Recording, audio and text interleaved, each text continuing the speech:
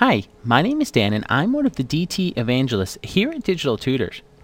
In this video, we're going to look at a question from one of our users, Tricky Biscuits 2, on the differences between reflection and soft selection modes. So to illustrate this, I have a simple model, and before we get into the soft select and reflection modes, let's come in and just right click and go to the vertex selection and see what happens when we move just one vertex. So if I just select this guy and move it out in Z, or actually let's just move it out, we can notice that it's not moving any of the surrounding vertices. So the vertices, say this guy here, and some of these other ones are staying in their original place. Okay, so with that in mind, let's come into our selection tools, double click on it, and let's enable soft select.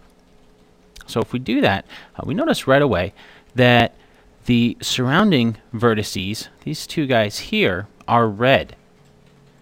So if I were to move this vertice in the middle, notice that the vertices surrounding it are also moving just slightly.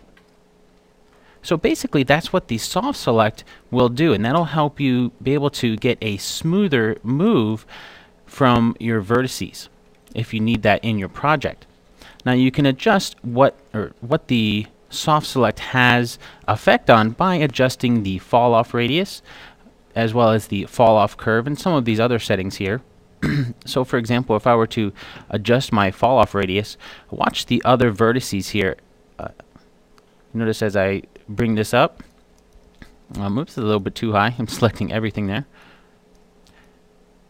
So now even though I still only have this one vertex selected, the soft selection is going to be affecting all of these other vertices. So if I move this guy out, we notice that we're getting a much different result from our move.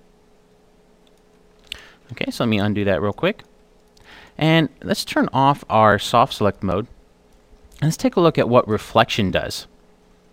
Okay, so if I deselect everything, it will turn on my reflection.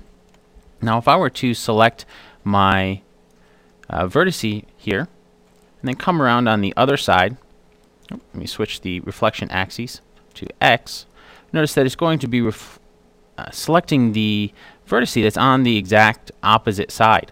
So if I move this, it's going to be moving it on the other side as well. But it's not selecting the other vertices, it's just moving the one that we had selected. So as you notice, we can adjust the axes that will be reflected, as well as the fall off and things like that as well, in order to really adjust how our vertices are going to be moved. Now, these selection modes actually can apply to lattices as well. So if I were to come back into my object mode, come up and create a lattice on this glass. Now if I right click over my lattice and go to lattice point, let's come back into our selection tool, and notice I still have reflection turned on. So if I select one of these lattice points, notice it's automatically going to select the lattice point on the opposite side. So as I move one lattice point, it's going to move the other one as well.